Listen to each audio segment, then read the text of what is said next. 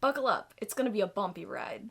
Hello, welcome back to my channel, or welcome if you're new. My name is Chandler, and I am your guide through Goodreads. I like to peruse the news and interviews section of Goodreads quite frequently. Or if you ever see the banner at the top of Goodreads when you're on web browsing, it'll usually say something like, the best books of fall, and you feel compelled to click on it, and you're looking at all of these books and just wondering, should I actually pick up any of the books that are recommended? I answered those questions for you, and I'm going to be answering that question here today for the Goodreads list that is something to the effect of 40 most popular books for the Goodreads reading challenge in 2023, books that other readers are reading to complete their reading challenges. I looked at this list recently and I saw that I had read almost all of the books, and I decided to endeavor to read like 5 or 6 more, round out the list, have read everything, and now I'm going to tell you what I think is worth your time and what's worth a skip. Before we get into that, I want to tell you something that is definitely not a skip, and that is Babbel, the sponsor of today's video. Babbel is one of the top language learning apps in the world, and they're helping me brush up on my Spanish skills. I love Babbel because not only can you learn new languages, but you can also brush up on skills for languages that you've learned maybe in the past, in like high school or school in general. And what better time to do that than the summer when it is hot, you're stuck inside, and you're just ready for that next vacation. I personally am brushing up on my Spanish skills because, again, it's a language that I started learning in high school, but it's also a language that is most useful to me living in Texas and also as someone who frequently visits Mexico. I love Babbel because they place a really heavy emphasis on the conversational skills. I feel like when I was in school, I learned a lot of like vocabulary terms. It isn't bad, but I personally care more about being able to converse in a language with someone, and the conversation skills that I've learned in the time that I've been using the app have been really helpful. Babbel is also scientifically proven to help you start speaking a new language in just 3 weeks. And the lessons are designed by real language teachers. Plus, they offer a 20-day money-back guarantee, and you get 2 free live classes with your subscription. Speaking of subscriptions, they offer a ton of different options for subscriptions, plus a lifetime option, which is super cool. And I really like how the app works. I feel like with other language learning apps, you aren't able to like really select what lessons are most important to you. In the app, you can find courses for tons of different situations. Obviously, since I travel often, I've been going through the lessons titled Hotels, Food, and More. The app is super user-friendly, and it doesn't feel very intimidating when you use it. Like, the first part of a lesson is normally like you putting in a word, and then it reads the word back to you. And then later on in the lesson, you use those words in different ways. So next time I'm in Mexico, I can confidently say,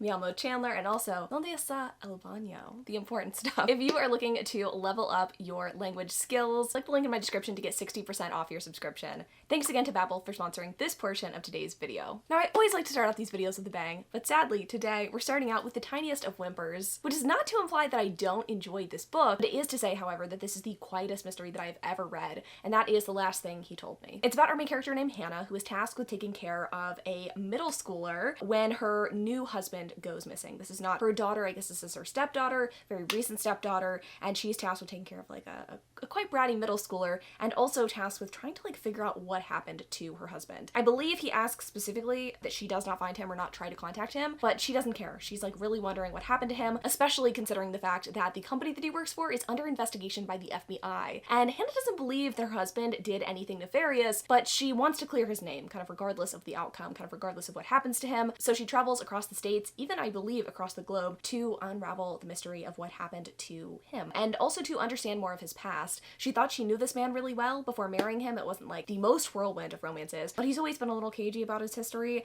and she kind of unravels the secrets as the story carries on, all while, again, dealing with kind of a bratty middle schooler. I listened to this book back in 2021 when I was on a road trip across Texas, and part of this book is actually set in Texas, so it felt very fitting, and honestly, it was the perfect thing to listen to on a road trip. It was thrilling enough to keep me interested and not falling asleep at the wheel, but it wasn't so thrilling that I was like getting goosebumps and getting a little freaked out as I was driving. If you're someone who likes when people get chopped up into tiny little pieces, put in a box and like shipped to their lover's house or something, I don't think this is going to be the story for you. It's firmly in the mystery category with a fair amount of heart, rather than the my husband cheated on me with a nanny sort of like domestic thriller. For me, this was a 5-star read, but I will say for most people, I actually think this is going to be a skip. If the last book was a whimper, this book is a candy-coated, man, you need to climb like a tree because he's 7 foot tall, bang. Let the record show, I never claimed to be sophisticated, and this is just further proof of that. This is the kind of book that you read when you're ovulating, and then once you're done and you're out of that hormone-induced stupor, you're sort of like, wow, I really need to evaluate my choices choices, and frankly, I like that. This book is about STEM icon B, who has pink hair and wears galaxy print leggings in the year of our Lord 2022. She's tasked with working alongside her nemesis Levi, who we're meant to believe is not into neon-haired pixies with flat boobs. Since this book is clearly dripping in fanfic goodness, that's obviously not the case. Levi is totally obsessed with the idea of catching the fainting-prone genius with a heart of gold. Admittedly, this is one of my favorite books from Ali Hazelwood. She writes the kind of shit that has me giggling, kicking my little feet, and there's honestly something really sexy about a guy who writes like really deeply emotional love letters to you and also goes to therapy. If you've been living under a rock and you like books of the smutty variety, I definitely recommend this one. It is my favorite of Ali Hazelwood's published works. Bonus points for an absolutely batshit ending. This book is definitely worth your time. Quote perhaps the best Goodreads review I've ever read about this book. Thank you, Emma. Link in the description down below. Taylor Jenkins Reid writes exclusively in the tiny micro genre of historical fiction set in the back half of the 20th century about good women doing bad or neutral things in the name of generic feminism. And if there's one thing that really sets me on edge, it's stories with feminism at the center. I consider myself a feminist, but for a media format that is the most adept at handling nuance, it seems like most takes on the subject are woefully one note. And sadly, TJR's books are not much of an exception. This one also had the privilege of being particularly boring. It's about the Riva family, and it is told in dual timelines, which is kind of a signature TJR thing. On one timeline, you've got the upbringing of these kids and kind of the complex relationship they have with both their dad and their mom. And then you've got present day when there is this party happening, one of the siblings' houses, and it is a raucous party with a lot going on, and you know that shit is going to go down at the culmination of this party, which happens at the very end of the book. It's got a lot of the familiar staples of the historical fiction genre. You've got the scorned woman with the shitty cheating husband, the guy who is a terrible parental figure and leaves trauma like all in his wake. Like most Taylor Jenkins Reid books, this one is a pleasant enough read. I didn't want to gouge my eyes out when reading it or anything. That was due in part, I'm sure, to the lovely vocal stylings of Miss Julia Whalen, who did the audiobook narration, but the ending of this book in particular is so lackluster. The reveals so uninspired, but I was more than a little frustrated when I finally finished it, which is particularly disappointing, I would say, as someone who is a pretty big fan of the 80s, but I guess not all books from an author can be like a 10 out of 10 success. If you want to get on the TJR train, I don't think this is the place to do it. This is gonna be a skip for me. Are you sad or looking to be sad in the near future? Do you really love getting out the color coordinated page flags and doodling hearts in the margins of books with a seemingly endless supply of pseudo-profound quotes? Look no further than The Song of Achilles by Madeline Miller, which is an exploration or interpretation of the Iliad. Now, I need to preface my interpretation of this interpretation by saying that I don't remember much of being forced to read Greek mythology in high school, but what I do remember is that I don't really like it, so that kind of colors my review of this entire book. Oh, and the fact that this book is a gay tragedy? Yeah, it's just not really for me. To clarify, I love the gays, and one myself, but I'm not really into reading queer tragedies. I don't really feel like rehashing a centuries-old tale, but this book is about Patroclus and Achilles and their romantic relationship set against the backdrop of war. Like I mentioned a second ago, this book is endlessly quotable, and if you're someone who doesn't mind flat characterization, I think you can join the thousands of other people who have really enjoyed this book. If you're someone who enjoys like richly nuanced characterization and want a triumphant love story, I think you can skip this. Remember a second ago when I might have implied that I'm not like the biggest fan of Taylor Jenkins Reid's books? If you were an individual operating off of sort of like a logical way of thinking, you might assume that I wouldn't read more books by her, right? That would like make the most sense. No like book equals no read more book by same author. Unless you're like me, who decided to participate in a Taylor Jenkins Reid book club around 5 years ago when I first started this channel, and I read the majority of her backlist, and then I decided to take up the mantle of doing these list videos and was forced to read the rest of her backlist. So yeah, I've read almost all of her books at this point. On True Loves was actually the one book that I had not read from her. I have since, I guess, corrected that wrong, and I've read all of her books now. So let's talk about it. This book follows into the first category of her books, the kind of books she used to write, described brilliantly once again by Emma on Goodreads as being chick lit about bad things happening to kind, boring women. And the aftermath. The kind, boring woman in this book is actually conveniently also named Emma. She's in a bit of a pickle because her husband ended up passing away in this tragic helicopter accident, and in the 3 ensuing years, she has become engaged to a new man. She's got a new man on her mind, a new guy in her life. He's the nice guy to her, I guess, dead husband's sort of like adventurous bad boy persona. She's engaged, she's happy. She has gone from being the adventurous like journalist to being the like homebody, I like my life kind of gal. And And the unfortunate thing is that now her dead husband has come back to life and is haunting her. Just kidding. This isn't paranormal. Her husband is in fact not dead though, and he comes back and she has to make this like super tough decision between like the hot bad boy and like the hot nice guy. What's she gonna do? She does in fact make a decision, and this book is really about like accepting your own life and like loving your circumstances and accepting that you can have like more than one true love. And you know what? I did actually enjoy that as someone who enjoys romance. Do I think that this book is going to change your life? No, absolutely not. Do I think this is a book that you need to read if you like something like Seven Husbands of Evelyn Hugo?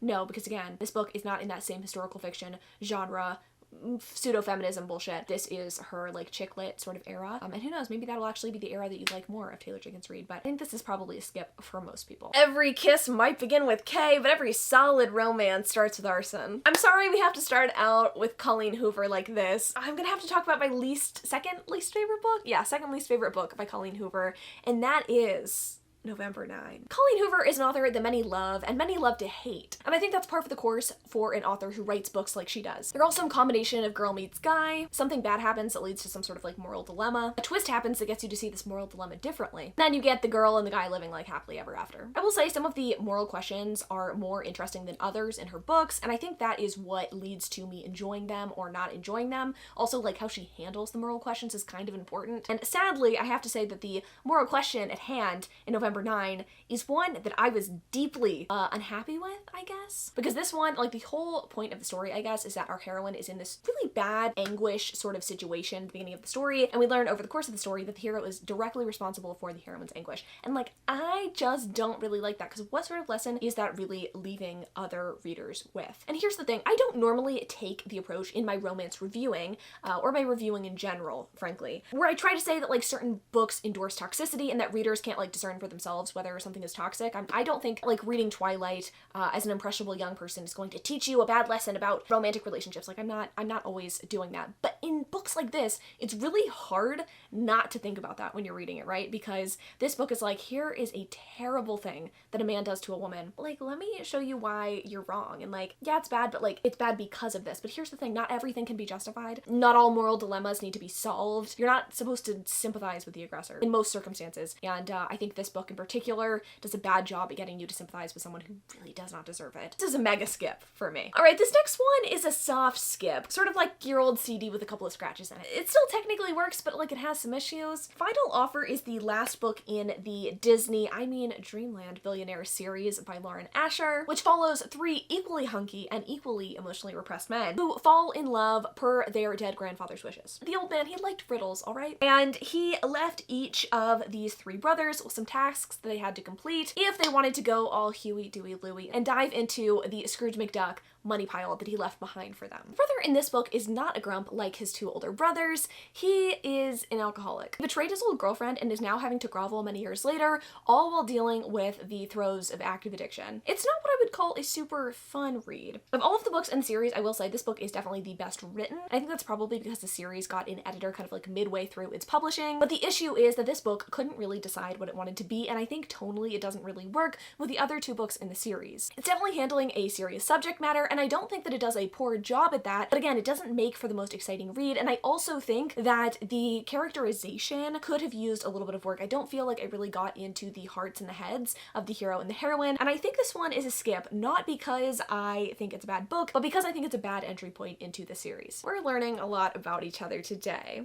Well, mostly you're learning a lot about me. The one thing that I'm going to establish right now is that I'm an old hag. And I don't mean that like my physical form is old or that like pushing 30 is old. It's just that my attitude towards YA at this point in my life is definitely that of an old hag. Like I can appreciate YA on a surface level, but once I hit 25, there was just something about the characters in YA books that I could no longer relate to or even really read with any sense of enjoyment. So I mayhaps am not the best judge of this book and whether or not you were personally going to enjoy it, but I just think that there are better mystery and thrillers out there even for this age demographic, which I cannot usually relate to anymore. We're gonna talk about one of those in a little bit. This book is about a normal girl named Avery who inherits a shitload of money from an octogenarian who she's never met, who has obviously since died, and to fulfill, I guess, the wishes of his will so that she can get this money because she's just a normal girl and she really wants the cash, she has to go and live with 4 dudes in this mysterious old mansion, and when she's there she has to solve a bunch of riddles and shit that this guy's left behind for her. What is it with the old men and the riddles? In theory, I think this book was great. I just think the execution execution left a little bit to be desired. And again, it makes sense because it is a YA book, which is not to say, again, that I think YA is a bad genre. It's just one that I tend not to vibe with. This book was just so steeped in like, well, one, boring puzzles and mysteries that didn't really go anywhere exciting,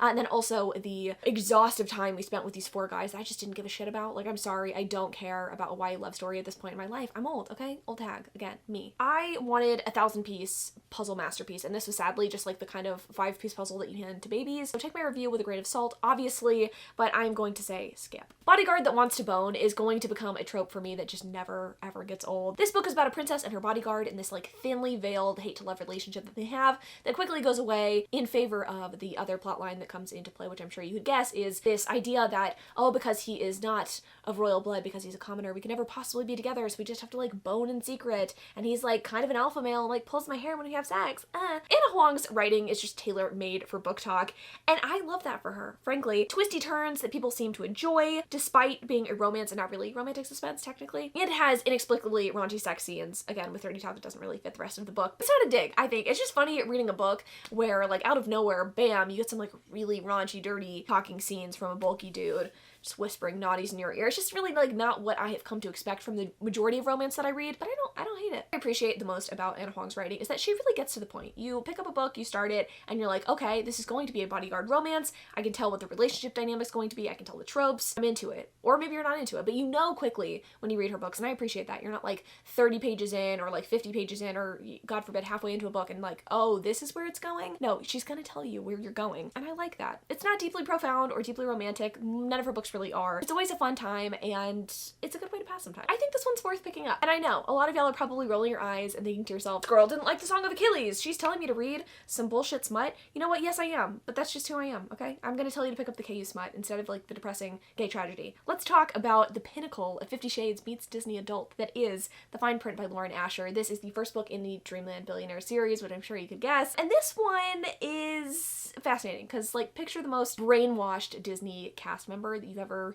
possibly pictured, like, spends their entire paycheck in the parks and is really quirky and knows, like, all of the facts about the rides and shit like that. She catches the eye of the youngest guy, the youngest heir to the Disney fortune, Dreamland fortune, whatever. Interchangeable, really, here in this situation. She works in the parks, and she, when she's really drunk one night, because this is, like, what you do when you're drunk, I guess, types up a review, like a scathing review of the most popular ride in the park, and is like, hey, I don't think this is very cool. And he, the guy who's, like, going to be in charge of the parks, that's what the youngest son's duty is going to be, or grandson, he sees this review and he's like, wow, she has great ideas. Let me pluck her from the park and make her an Imagineer, or like whatever the Dreamland equivalent is. While she's doing this, she's working in a cubicle, and he's frequently visiting the cubicle and, like, picking her brain and getting her to, like, help him with, like, the duties of, you know, whatever's left in the will to him to do. He can get his Scrooge McDuck money pile. Yeah, it's all right. You know, if you, like, love a quirky heroine and you just, like, really are into that, and you like the, like, really stoic, grumpy billionaire, and you like a lot of the scenes in your romance to take place literally in the same cubicle, like, scene after scene, this could certainly be for you. For me, it was my favorite in the series, and it's sad to me that the best book in the series is not on this list at all. This book's fine. Like, it's fine. It's a touch cringy, again, because of the heroine. I think I gave this book, like, 3 stars. I think if you want to be in on what Book Talk's talking about, maybe pick this book up, but I think it's only really, like, relevant if you want to be up on what's fresh in the genre. Otherwise, it's just kind of like take it or leave it for me. Did you know that you are a victim of circumstance and also the captain of your own ship? Certain aspects of your life were better, other aspects might be worse. But in some parallel universe, you know, if something was better in your life, maybe a family member might be dead. You should be grateful for what you have now, and you should work to change the things that you do not like. Congratulations! You've just read The Midnight Library by Matt Haig. Don't fear, you don't need to pick the book up. I just told you what the fucking book is about. This is the kind of book that appeals to certain people. And I was gonna say I don't yuck other people's yum. That's literally what this video is. It's me yucking others' yum. I think that this book could appeal to you if you were going through a particularly shitty moment in your life. Kind of a right place, right time, right person kind of thing with this book. I had to go back actually and watch my initial vlog though about this book because I remembered very little of it. It wasn't that impactful. So I don't know. I feel like even if you're someone who's really looking for something that's like gonna really affect you, I just go pick up a Frederick Bachman. Like this, just skip it. Major mega skip. Now, if you're too dumb to figure out the complexities of your own life, let an octopus at the aquarium figure them out for you. Remarkably Bright Creatures is about a retiree who is alone in the world. Her name is Tova. She is working as a custodian to keep herself busy because her husband's recently deceased and her youngest son, not youngest son, she only has one son. Her one son got lost at sea or something like that. I don't know. He went missing. Now, I wouldn't want to spoil such an inventive plot that really takes you by surprise, but let's just say this octopus in the book is a genius, the octopus at the aquarium that Tova works at, and he helps Tova figure out some of life's mysteries that all of us, you know, readers that read this book could see coming from a mile away. They don't talk to each other necessarily, but the octopus talks to us as readers. You know, you might guess that it would be like kind of charming. It's not really. It's like if Gary the snail was sentient and like had thoughts. I don't know. I think even fans of like a kooky literary fiction could probably skip this. Maybe watch like My Octopus Teacher. I think that's the name of the Netflix thing instead. No.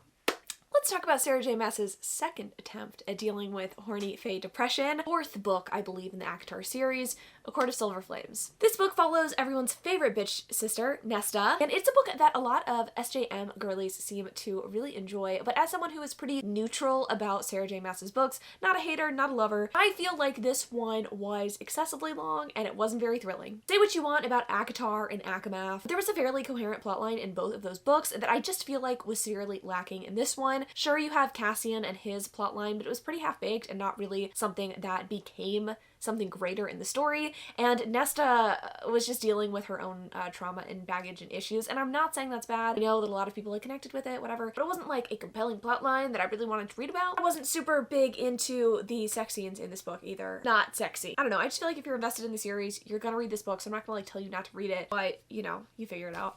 Next up we have Mad Honey by Jodi Picoult and Jennifer Finley Boylan. Had to look down at my phone in my notes for that one because that's a mouthful of a name. Mad is right, because according to Goodreads, a lot of people in the reviews are big mad with the subject matter that this book handles. This is one of many books by Jodi Picoult. I'm not sure if people have been like living under a rock, but she is prolific, she is popular, and she always writes about subjects that tend to make people feel uncomfortable. This book is no exception, but it is exceptionally hard to talk about without spoiling. The basic premise is that a woman named Olivia is moving back to her small town after escaping her abusive marriage, and she is going to take over the family business of beekeeping, because of course, you know, a literary fiction novel, we're going to have quirky heroine or some sort of like quirky thing that they're into. And in this case, it's beekeeping. There's a lot of fucking bee knowledge in this book, so if you're not into bees, maybe, I don't know, steer clear. Anyway, Olivia moves back to this town. She brings her son with her, and then many years later, her son Asher is in a relationship with a girl named Lily. I think they're like seniors in high school. Sadly though, Lily winds up dead one day, and Asher is accused of murdering her. So this book is partially like courtroom drama, partially exploration of different themes that I can't really discuss without spoiling the book,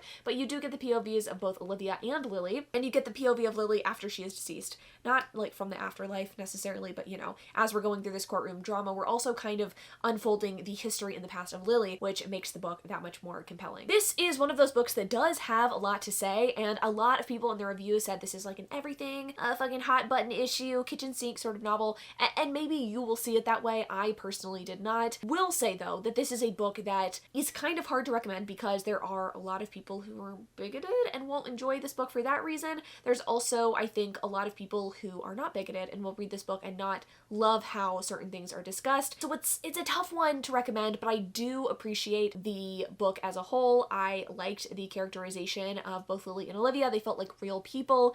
I liked certain things that this book had to say. I'm not saying I agree 100% with everything, but I did enjoy it. I do think it's an interesting book, and it's one that I would not have picked up had it not been for this video, so for that I am grateful. And would I recommend this book? I don't know. Would I say that you should skip it? No, I don't. I do actually think you should pick this book up. If a man can't fit your entire boob in his mouth, is he really the one? This is one of the daring scientific questions that Dr. Ali Hazelwood dares to ask in her first novel, The Love Hypothesis. It's a book about Adam and Olive. Olive is a PhD candidate. Adam is I was gonna say a PhD. I mean, he has PhD, he's a professor, and everyone thinks he's an asshole, but Olive gets to discover his hidden depths when she like sort of accidentally kisses him to prove that she's like over somebody. Sort of weird situation. They end up fake dating. She understands his hidden depths. He's been pining for her this entire time because it's an Ali Hazelwood book. Of course, we're gonna have that trope involved. I mean, honestly, this whole book is chock full of tropes like, oh my god, there's not another chair, I'm gonna have to sit on his lap and like feel his little boner. Another, you know, assorted fanfiction tropes. This book took the internet by storm when it was published back in ye olden days of 2021. And Ali, I will say, keeps churning out similar novels, but this is the OG, and if you want to be kept abreast of like what's popular popular in romance or like recently popular in romance, I do think you personally need to pick this one up. Why have your own sex during the Christmas season when you can read about fictional winged breeders having sex during Fae Christmas time? Alright, this is a novella in the Aktar universe that really didn't need to exist, but I think it does because Sarah was busy having her own child and having her own like breeder fantasies. I mean, I probably shouldn't be putting that on her, but I'm like 90% sure that that's like why this book exists. This book is really useless. I'm gonna say it. I didn't like it the first time I read it. Didn't like it the second time I read it. Skip. Skip, for the love of fucking God, skip. Not on this God-fearing channel. Moving on. I hope to live a very long life, but every time I talk about this book, I feel years of my life ticking away off of my mortal clock. Reminders of him. Colleen Hoover. Oh my god, how many fucking times have I talked about this book? It's a book with a truly intriguing premise, but a truly abysmal execution. It's about a girl named McKenna, but 86 the Mick. God forbid a Colleen Hoover heroine have a name that wouldn't be on one of those name tragedy Facebook pages. She left her boyfriend for dead after a car accident. Like, they get in the car together, they crash, he dies, she leaves him there, or like leave him there to die, like maybe he's not dead, but she leaves him there to die. And she gets pregnant with his baby, or like she's pregnant with his baby before he's dead, obviously. She goes to prison for this, has a baby in prison, and no longer has rights to her child. So when she gets out of prison many years later, when this book starts, she is trying to reconnect with her daughter that she lost. And obviously we're going to be getting some sort of like moral dilemma here, which is like, does this person deserve to have contact with her child because of the terrible thing that she's done?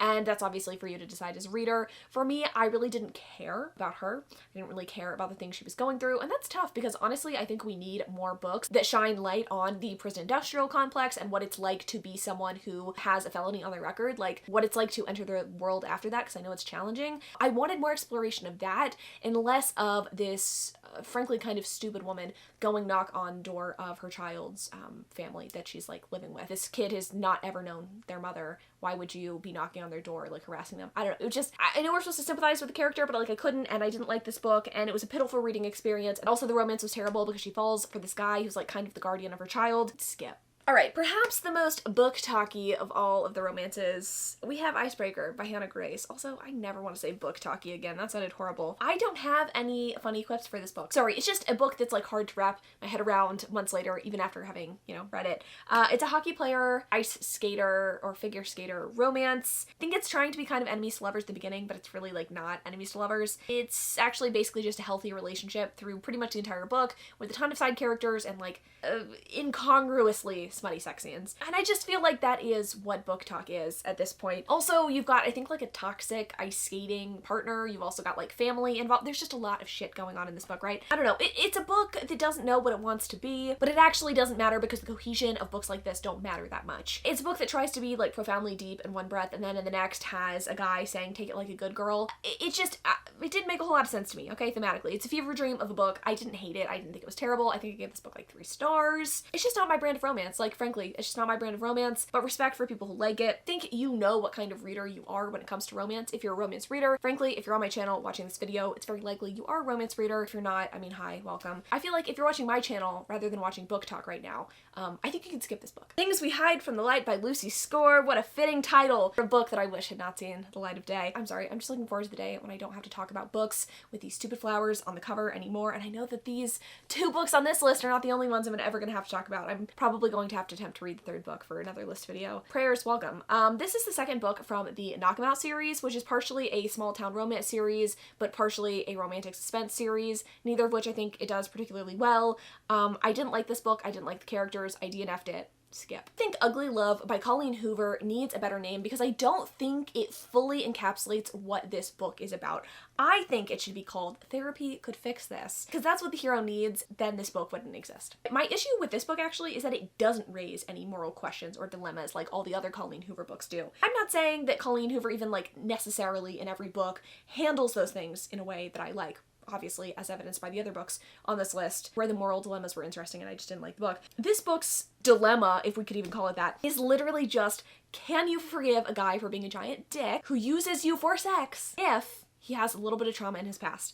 And I'm sorry, but again, I have to raise the question that I hate raising and ask, why would you publish this, especially targeted at impressionable young women? Are we trying to tell women that they should forgive men for treating them like this if they have bad things in their past? Again, in this book, similar to November 9, there aren't really like multiple ways at looking at it. The guy just sucks. I understand he's got trauma and bad things have happened to him, but that doesn't give him an excuse to treat other people the way that he does. The romance isn't compelling because again, this guy sucks and is literally just looking for a moist hole. Honestly, I probably would have been more entertained if he was finding like assorted moist holes that weren't attached to the main character of this book. Like, I don't know, like a hole in the ground that he could just bury himself in. Anyway, skip it. Please. A Good Girl's Guide to Murder by Holly Jackson is what I believe that all YA thrillers should be. And by that I mean it's really fucking good. The main character in this book is a grade A dumbass because she's a high schooler, but I honestly kind of liked it. It's a book about a chick named Pippa who is trying to figure out what happened to one of her classmates a couple of years ago that was like a couple of years older than her. Someone else in their class was accused of murdering this girl, and she doesn't believe that that person actually did it, so she's trying to exonerate this guy and also like use this mystery solving, I think, as a part of a class assignment,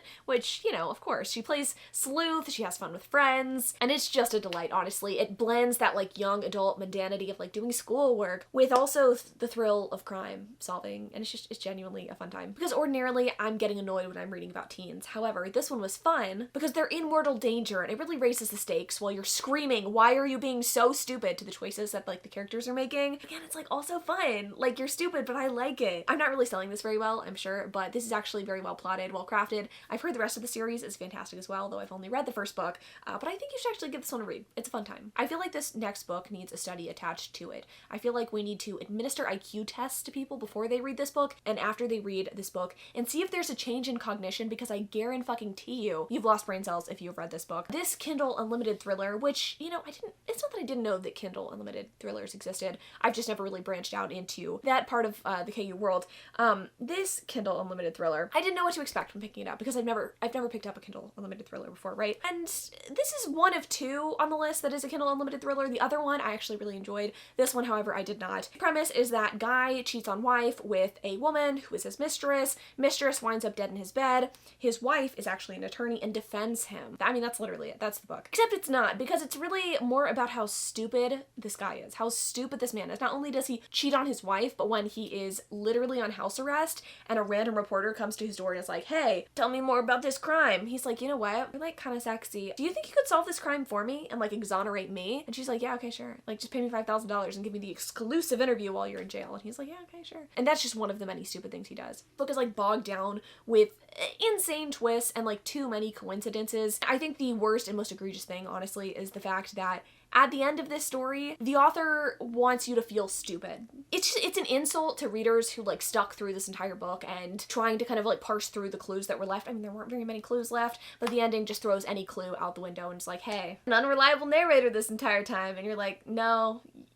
you just made some shit up. If you want to really rage, pick this up. I feel like everybody and their mother has read this book at this point, but like, if you haven't read it, you're not missing out on anything. I promise. Just skip it. All right, back on our 20th century girl boss shit, this time with tennis. Carrie Soto is back is TJR's latest release, and it is about our tennis playing pro, Carrie Soto, who is the homewrecker in Malibu Rising. And this one is literally just a book about tennis. It is a dual timeline story. We've got Carrie Soto in the past, and she's on her like tennis shit, and also like being a feminist and like not big on good behavior because she's like a strong woman, okay, whatever. And then she retires, and then the present plotline is her trying to like come out of retirement to prove that like just because she's old, she can still play tennis.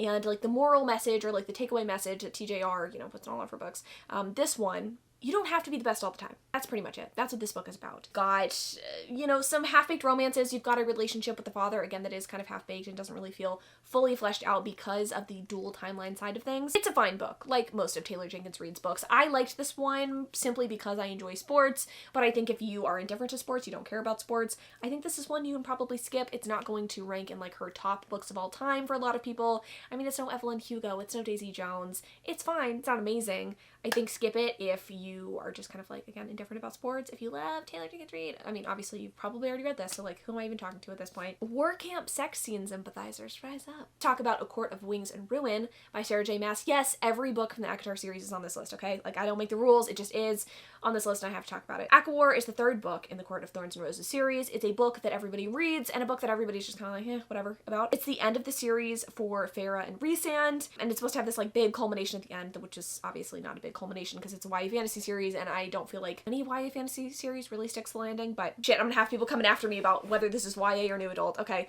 I'm not starting that debate. This book was fairly disappointing. It was a fairly sedate conclusion. I think we can all agree upon that. Seems like everybody who's read this series has read this book, but I'm pretty sure that it's like no one's favorite. So am I gonna tell you to skip it if you're reading the books in the series? No, I'm not going to. I am saying that I do skip rereading this book every time I reread the other books in the series. So I feel like there are two fanfiction camps. I feel like you've got the sugary sweet ones with all the romance tropes baked in, and then I feel like you've got the ones with batshit insane plot twists and murder plots. And this book had the pleasure of attempting both. It is the first book in the Twisted series by Miss Anna Huang, and it's a little bit unhinged, okay? A little bit of everything though. So I think if you don't know what you're in the market for, this book probably has something for you. It is a book about Ava and Alex, I believe. Ava ends up dating her brother's best friend, who happens to be a billionaire, of course. There's not an enemies to lovers situation, but there's, kind of tension between the two of them. It's like, will they? It's a won't they? Someone's dad is trying to kill them.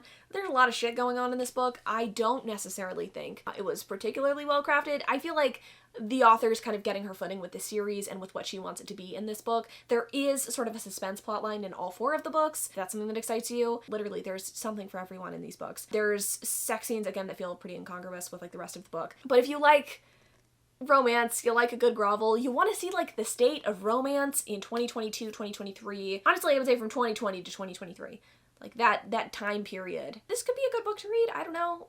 I don't know. It's worth it, I guess. Well, let's talk about The Silent Patient, which is a book that I read 4 years ago, and I remember pretty little about, so let me try to get through this one. I think it says something that 4 years later, this book is on this list. It was on my, like, favorite books of 2019 list back in the day. I feel like it says something that this book has kind of a prolonged shelf life. That being said, I remember little of it, so I feel like I can't give a full endorsement of it, though it's kind of an interesting plotline. You've got a woman who murders her husband in cold blood. She goes to a psychiatric institution instead of going to prison, and she doesn't talk to anyone after committing this crime, and the goal of the psychiatrist at the psych ward is like to figure out why she did it. He does, and it's a book. Did actually really hate The Maidens by this author that came out like a couple of years later, and it does have me thinking like, did I actually like this book? But if I reread it now, would I like it, you know? I don't know. That being said, I do think it's worth it. I think everybody's been talking about it. It's one of the most popular thrillers out there at this point, I feel like. So, worth a read, I guess. Why bang your out-of-shape, mean, infertile wife? Kind of sounds like I'm reading myself. When you can bang the hot young maid instead. Housemaid by Frida McFadden is one of those KU thrillers that I was talking about earlier. This one and The Perfect Marriage are the two KU thrillers. This one I actually thought was a good time. This one I actually thought was fun because it doesn't insult the reader. The writing isn't spectacular. It's not gonna bowl you over, but it is something that really, I think, is fun, and I think it like keeps you interested the entire time you're reading. It's very accessible, shall we say. It's about a married woman who helps a maid to like help her with some housework. The story is told from the point of view of the housemaid, and we find out pretty quickly that this maid is actually someone who was in prison, and she is trying desperately to find a well-paying job, and she's willing to do pretty much anything, like putting up with the psychological torture and abuse that she faces at this house. The woman that she works for is pretty horrible and like gaslights the fuck out of our main character. She like throws trash on the ground and blames her. She tries to like make her look bad in front of her husband. The more the story goes on though, you start to unfold the secrets of the family, the husband, the daughter, wife, and the maid, and it is just so fun. I'm not saying it's like the best thing ever, but all of the clues lead you to a conclusion. It's not like something comes out of left field and you're like, oh my god, where did this come from? It all sort of makes sense, but I seriously enjoyed it, and any misgivings I had like midway through reading this book kind of all melted away. And it's not a prize winner, but it is a whole lot of fun. And it seems like everyone and their mother has read this, so if you want to be like current and fresh, and you're in the market for a quick beach read, you should check this out. I hate to reuse a joke, but I'll never get over having to talk about another Lucy Score book. This book's about a woman who's in her 40s, and she is running away from her impending nuptials to a small town to save her evil twin sister. Her evil twin sister actually skips town once our heroine Naomi gets to town, and Naomi is tasked with taking care of her niece Waylay, who she had no idea existed. And while she's trying to like figure her life out, and while she's trying to find a job in this small town, she's also dealing with the douchebag named Knox, because of course his name is Knox, and he is in his 40s again, and is just emotionally stunted and can't really seem to work through his trauma until the very end of this book. The book is going for the like charming small town romance romance with the amazing side characters and a touch of deep emotion, but I frankly am not picking up on any of that. Despite what you might think, it's actually pretty rare that I question why people enjoy books. A lot of the books on this list I am roasting, clearly, but that doesn't mean that I'm questioning why other people enjoy them. Just because you like something and I don't like something doesn't mean that I don't understand why you could like it. This book, however, I really don't understand the appeal. I feel like the romance is completely devoid of charm. I feel like I don't want to hear the word milking in a sex scene. I didn't enjoy the suspense plotline that came out of nowhere. This is a book that I think you can safely skip. I'll admit it. My cootie goes crazy for fated mates. I am a simple slut, really. The second book in that Aktar series, A Court of Mist and Fury, is many people's favorite book, not only in the series, but in the romantasy genre as a whole, and with good reason. I feel like this book is just a staple, and I read it back in the olden days, kind of like around the time this book was released, so I wasn't spoiled for that plot twist that everybody seems to go gaga for. I had a really great time first reading this book, and I'm a girl of simple slutty pleasures, okay? I enjoyed this. I also really appreciate that this one has a coherent plotline. The first and second books in the series like really are, in my opinion, fantasy books. Like the plot lines are interesting, they're intriguing, and I do actually think the second one has the most exciting plot line. I mean, this isn't Sanderson, Tolkien, or Jordan, alright? But it doesn't need to be. I'm not saying that I personally want to bone a man with bat wings. I am, however, saying that I'm not immune to the charms of a blue-eyed man saying, "Hello, Farrah darling." You know, I haven't really answered the question in this video of whether or not I think that you should read the series as a whole. And again, if you're a person of simple slutty taste, I believe that you will quite enjoy these, so pick it up. One summer, two rivals, a plot they didn't see coming. But I sure did. I could see the blandest hero of all time falling for world's most unlikable heroine a mile away. Book Lovers by Emily Henry. This was disappointing for me because I really love People Who Meet on Vacation. I'm not like an all-out Emily Henry hater. I'm really not a hater of any author for the most part. I just, you know, like some authors' books more than others. Alright, so I did predict the romance in this book. What I couldn't have predicted, though, was how it was peddled to me as the romance of the summer, and instead, it's a book about our main character, Naomi, dealing with her pregnant sister, who she, like, doesn't believe is actually, like, in charge of her own life, even though she's married and, like, has a family and shit. The story is about Naomi, and she is a literary agent, girl boss, bad bitch person who is supposed to be unlikable, right? Like, she's not a small town, like, quirky girl, she's, like, big boss lady, right? Is in sort of, like, a rival's relationship with Charlie. He is an editor. She is a literary agent who wants to be an editor. She's trying to pitch a book to Charlie. Charlie says, "I don't like you, no." And then many years later, I think it's actually just like a couple years later, they end up running into each other in North Carolina. She's like, "Hey, I actually need someone to edit this book. Can you help me?" And he's like, "Yeah, sure." And so they like team up and they like fall in love, and like Charlie likes her for some ungodly reason because she's just so amazing. And that would have been fine, honestly. I mean, Charlie is really fucking boring, but it was really the sister plotline that like did me in. I just didn't care about the story. It was supposed to be a rom-com. It was not a rom-com. It was neither funny nor romantic. I will not bitch any longer. I know a lot of people really like Emily Henry's writing. She is a fantastic writer. I do think her prose is great. I think she tries to get you to care about the characters, and your mileage will vary on whether or not that works for you. I would say if you like Emily Henry or you want to be in the loop, pick this up, otherwise skip. To quote the iconic words of Miss Hilary Duff, let's go back to the beginning and talk about Aktar by Sarah J. Maas. This is the book where it all began, baby, a tale as old as time. We've got a girl who's just trying to like fend for her family. She's like the hunter because no one else in her good-for-nothing family can do anything, so she goes out, hunts a wild beast, and turns out that wild beast is not just like something that she can eat. It's actually like a fae that turned into a beast, and so she gets like brought back to the fae world by this sexy and emotionally repressed guy, and she like falls in love with him, obviously. And there's like other stuff too. There's like kind of a magical competition that goes on at the end of the book, so if you like magical competitions, maybe you like this book. SJM books are like sort of a love-hate thing, and I feel like you need to figure that out for yourself, so you should pick up this book. I'll be honest, I spared myself from finishing Spare by Prince Harry. Now, I want to preface this by saying I like Meghan and Harry. I really do. And I don't really want to hear any bigoted comments in my comment section. I will be deleting those, saying like, I don't like Prince Harry, I'm not gonna read that book. Okay, I don't care. I don't give a shit. I didn't want to finish this book because I felt like it wasn't a very well-crafted memoir. That's not to say I don't think the writing was good. I actually think the writing of this was pretty excellent. I think the ghostwriter did a bang-up job at making this like lush imagery and, you know, just like putting words to Prince Harry's thoughts. The issue is that if I'm going to pick up a nonfiction book, I want it to feel focused, right? And it's hard sometimes, I think, to focus a memoir. Like, this is someone's life story in a sense. I like when things are a little bit more coherent. I couldn't tell if this book was about Harry's trauma, if this was supposed to be about being the spare heir to the throne, if it was supposed to be about his mom. I'm not saying you can't handle all of those things in one story. I just don't feel like they were handled very adeptly, like as like one cohesive unit. Something that like was compelling to listen to. But ultimately I didn't care and I didn't finish it, and I think there's better memoirs on this list. I can't remember if I said this earlier, but I think that Colleen Hoover, or at least I used to think that Colleen Hoover, would be better off writing thrillers than she would be writing romances because of these moral things that she tries to throw into her stories. However, I was sadly mistaken after reading Verity by Colleen Hoover. Verity, I believe, is Colleen's first true foray into the like mystery thriller genre, and I actively really disliked this book. It's about a chick named Verity who is incapacitated. I think she has some psychotic break or something. She's comatose. Basically, she is incapable of finishing her very popular, I think, thriller or mystery series. And so her husband ends up enlisting the help of someone else to finish out the series because Verity has like a very rabid fan base and they want more from the story. So this woman, her name is Lowen, she comes in to write the story, and as she's like parsing through Verity's notes, she finds like a personal account from Verity of like what happened to Verity's daughter who passed away. And we start to find out that Verity is not the woman that we thought she is. It's an interesting story. It's like kind of partially romance. Obviously, we've got Lowen and Jeremy sleeping together. Jeremy's Verity's husband, by the way. So it kind of complicates things and makes things a little bit juicy. I hated the ending of this book. I didn't really like any of it. I mean, here's the thing. Was it fine to read? Yes. There are plenty of books that are like fine to read. You're like kind of interested as you're reading, and then you get to the end and you're like, wow, okay, I just wasted some time. I just wasted quite a bit of my life actually on this book. And that's kind of how I felt with this one. I think there are much better mystery thrillers out there. I think if you like Colleen Hoover, you've probably already read this book.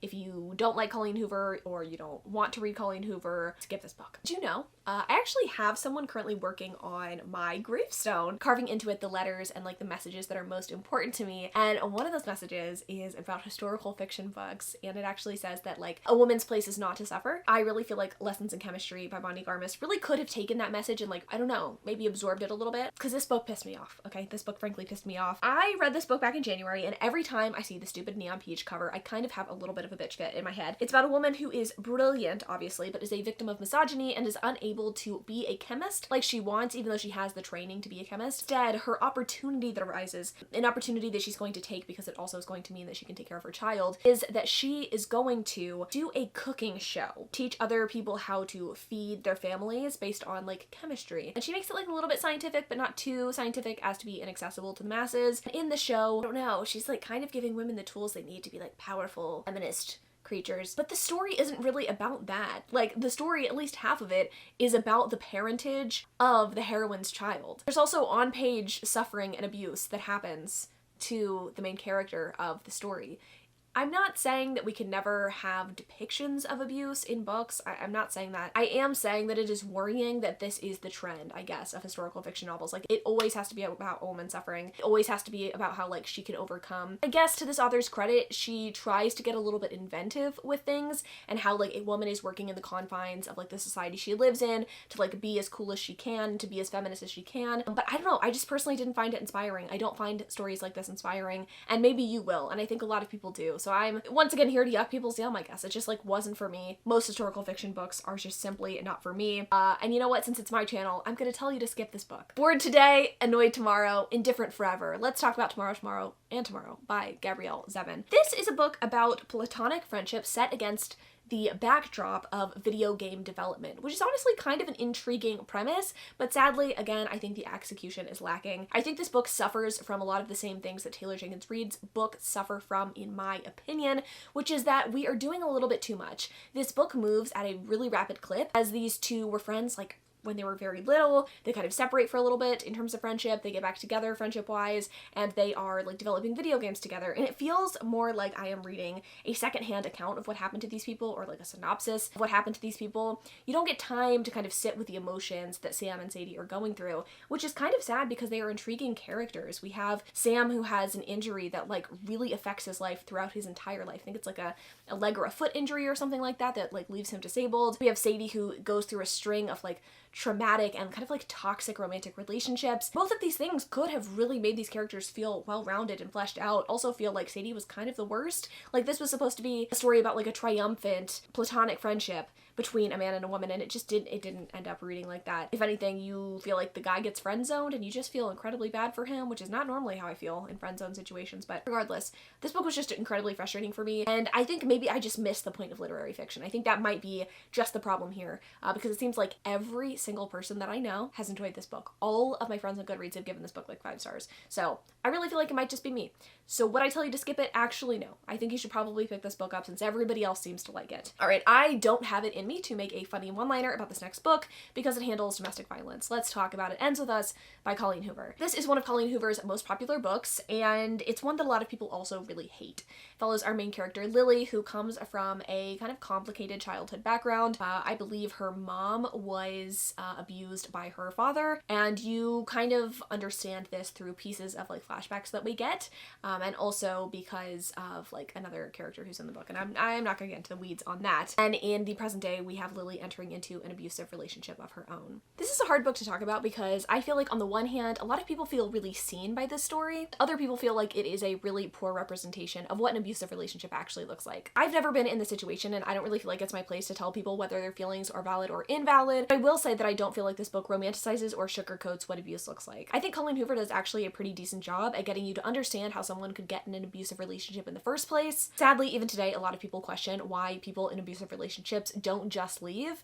and I think that this book at least helps in part to get people to understand why that's not so easy. Again, I'm not here to tell you how to feel about this book, but that being said, out of all of Colleen Hoover's books, I actually think this is the one that I do recommend. Not only because I think it's a decent book, but also because I think that it is her most popular, and if you want to kind of understand Colleen Hoover, I think this is a great place to start. Moving on to the last book that I'm actually excited to talk about, let's talk about I'm Glad My Mom Died by Jeanette McCurdy. If you've been living under a rock, this is the memoir that Jeanette McCurdy, star of iCarly and Sam and Cat, wrote, detailing the abuse and trauma that she faced when living with her mom and like being brought up by her mom, obviously, both in childhood and also after she was a child star. It's not often that I pick up memoirs willingly. I'm not really someone who's into nonfiction, and it's even less often that I feel moved by the ones that I do read, but this book was truly phenomenal. Unlike Spare by Prince Harry, I feel like this book felt very cohesive. It felt like Jeanette knew what she wanted to say, and she picked one particular aspect or theme of her life, something that was obviously very pervasive and unique to her, and she took that and really tailored this memoir in that direction. I feel like I understood her as the story went on. I feel like I started to kind of understand what it would be like to be a child star, especially with like enormous pressure in having to take care of your family, live up to like impossible standards. The writing was very well done. The complexity of emotions was totally there. And again, the thematic coherence was just chef's kiss. If Spare was kind of a muddled maze, this book is a mile run around a track. You can see where you're going, but my god, it hurts. This book is the opposite of a skip. It is a book that I think you need to read. Sometimes the best thing to come out of a book is the hot outfits it inspires on Instagram. The book that I'm talking about is The 7 Husbands of Evelyn Hugo by Taylor Jenkins Reid. This is far and away Taylor Jenkins Reid's most popular book, and it is also the one that I think I dislike the most. This one is about a Liz Taylor type character detailing her life and her exploits, I suppose. The 7 different men she marries, her, I guess, career as a film star, and the relationship she has with a fellow female actress. Because we have a bicon on our hands, apparently. Or at least that's what Taylor Jenkins Reid wants you to believe. I didn't like this book because I didn't like Evelyn's character. I didn't like her main love interest's character. I didn't enjoy the twist at the end of the book that felt cheap and also just fucking terrible. I think that this is a book that you should read. I just didn't enjoy it. Sometimes the best thing to come out of a book is not the hot outfits it inspires, but the hot Amazon adaptations that it inspires. Daisy Jones and the Six is a Fleetwood Mac inspired story about how, I guess, this band came together. We have Daisy Jones, our main protagonist, who Tommy doesn't love her, so she does a lot of alcohol and drugs, and she becomes the lead singer for this band, and she is a homewrecker for the, like, male main singer of the band, and it's this sort of like will they won't they thing. Are they gonna cross that line? Spoiler alert, of course they fucking do. And you know, it details the time in the 70s and 60s when they were like a band, or just the 70s. I don't really know. I don't really care. It's another historical fiction story where you've got that sort of like girl boss feminism moment, and I think the main story here is that like she's not the muse, she's the somebody. I will say to Taylor Jenkins Reid's credit, I don't think I've said this yet here in this video, but I'll take this opportunity to say it. At least to her credit, the things that her heroines face are not necessarily as terrible as something like a Kristen Hanna book or like the Bodyguard book that I talked about earlier. They seem to have more agency, which I appreciate. Maybe it's because of the time period that she like chooses, though I don't think that this time period was like that far after the Bodyguard book. All of that to say, if you're looking for like a triumphant rah-rah girl boss moment, you'll probably find it in a Taylor Jenkins Reid book. You'll probably especially find it in Daisy Jones. I feel like that's kind of what this book is about. It's a messy book, I guess, but I, again, think you should read it. And lastly, if you're still here, I want to take a moment. Thank you for being a brave little toaster. I know it can be hard to sit through someone bitching as much as I did in this here video, but I'd like to tell you it stops here. Sadly, it doesn't, because it starts with us. Okay, that was bad. This is the unneeded follow-up to It Ends With Us by Colleen Hoover. A lot of people were requesting that she write a story about the love story between Atlas and Lily. Atlas is the love interest in It Ends With Us, not the abusive husband. It's about the guy that she ends up escaping to, if that makes sense. The light at the end of the tunnel, shall we say. And this book is their like happily ever after moment, and